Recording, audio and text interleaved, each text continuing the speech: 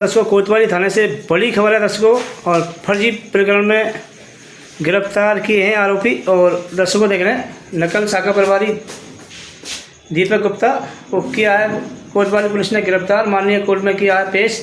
और आइए जानकारी चाहते हैं थानेदार जी से। सर, क्या कहना चाहो, क्या प्रकरण है? दिनांक 11/11/25 को मुकदमा दर्ज कराया था राजेश अग्रवाल द्वारा। और राजेश अग्रवाल ने बताया कि मेरी भाभी के नाम से 2 पट्टे प्राप्त किए थे सन 2018 में नगर परिषद से। और दोनों पट्टे प्राप्त करे, भूखंडों के पट्टे प्राप्त किए। उसके बाद में 2024 में मुझे पता चला कि मेरे पट्टे में जो मैंने दस्तावेज पेश किए उन दस्तावेजों को चेंज कर दिया, मेरा विक्रय पत्र चेंज कर दिया। और उसके बाद हम पट्टों की पत्रावली में हेरा फेरी करके पट्टों की पत्रावली जो तैयार करता है नगर परिषद बाबू, उसने उसमें उन पट्टों की पत्रावली भी चेंज कर दी। और लीगल एडवाइजर रहते हैं नगर परिषद में, जो लीगल एडवाइजर द्वारा अपनी लीगल एडवाइजर रिपोर्ट भी चेंज की। इस संबंध में मेरे द्वारा अनुसंधान किया। अनुसंधान के दौरान राम प्रसाद तत्कालीन पट्टा बाबू से पूछताछ की गई, तो उसने बताया कि मुझे दीपक गुप्ता और राकेश गुप्ता ने नगर परिषद में 2024 में बुलवाया। और उसके बाद मेरे से दस्तावेज सूची चेंज करवाई। और जो विक्रय पत्र 1979 का मुझे लगा हुआ मिला था वो संदेहास्पद है, जबकि पार्टी ने तो 1988 का विक्रय पत्र लगाया था। अगर 1979 का विक्रय पत्र अगर मान लो उसी को माना जाए तो उस समय पट्टा धारक की उम्र मात्र उस समय 10 साल थी, जिसकी शादी भी नहीं हुई थी।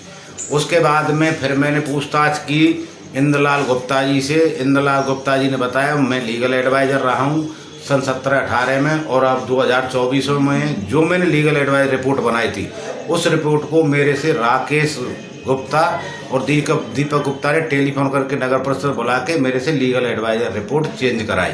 फिर उसके बाद में मेरे द्वारा अनुसंधान किएगा क्यों नहीं इनको आमने सामने बैठ के पूछताछ की जाए।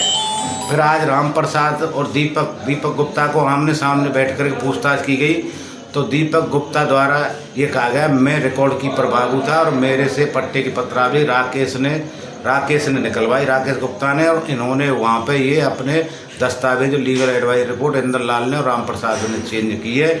और ये चेंज करने का महज मकसद यही था कि विक्रय पत्र 1979 का लगा करके और परिवादी पक्ष को जबरदस्ती जेल भेजने की इनकी मंशा थी। इनके पुराने ज़मीनी विवाद चल रहे हैं पहले से ही, राकेश गुप्ता और इनके अशोक गुप्ता के, जो कि रेलवे स्टेशन पर भी ज़मीनें और भी ज़मीनें, ये इनके जबरदस्ती पट्टों को कैंसिल कराने की नीयत से इनके द्वारा ये अपराध करा गया। स्वयं भी उस अपराध में एक तरह से षड्यंत्र करके और गिरोह के लीडर हैं दोनों, राकेश।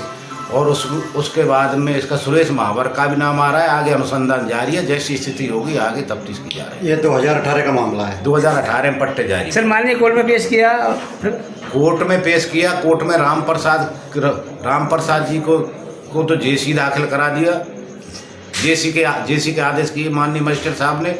और दीपक गुप्ता से कुछ दस्तावेज वगैरह नगर परिषद में जो चेंज हुए थे उनको बरामद करने के लिए इससे 1 दिन का पीसी लिया गया है, जिससे आगे तफ्तीश करके जैसी स्थिति हुई कार्रवाई की जाएगी। सर, आगे सर क्या इसमें कोई बड़ी मछली भी है इसमें? सर इसमें आगे बड़ी मछली की अनुसंधान से ही पता चलेगा बड़ी मछली कौन है कौन नहीं है। अभी इस विषय में कुछ नहीं कह सकते। नहीं, कई गुत्थियाँ सुलझ सकती है, कई पट्टे जो फर्जी है, कई मामले जो चल रहे हैं। गुत्थियों मतलब ये, अगर मान लो इस गंगापुर में कोई पीड़ित को ऐसा महसूस हो रहा है कि मतलब हमारे पट्टों में फर्जीवाड़ा किया है, तो पीड़ित पक्ष कभी भी आकर के न्यायालय से या थाने द्वारा अपनी रिपोर्ट दर्ज करा सकता है। उसमें भी अपन जांच करेंगे। अभी कोतवाली पुलिस मामले की जांच कर रही है। 1 दिन का रिमांड दिया सर? 1 दिन का रिमांड लिया। धन्यवाद सर।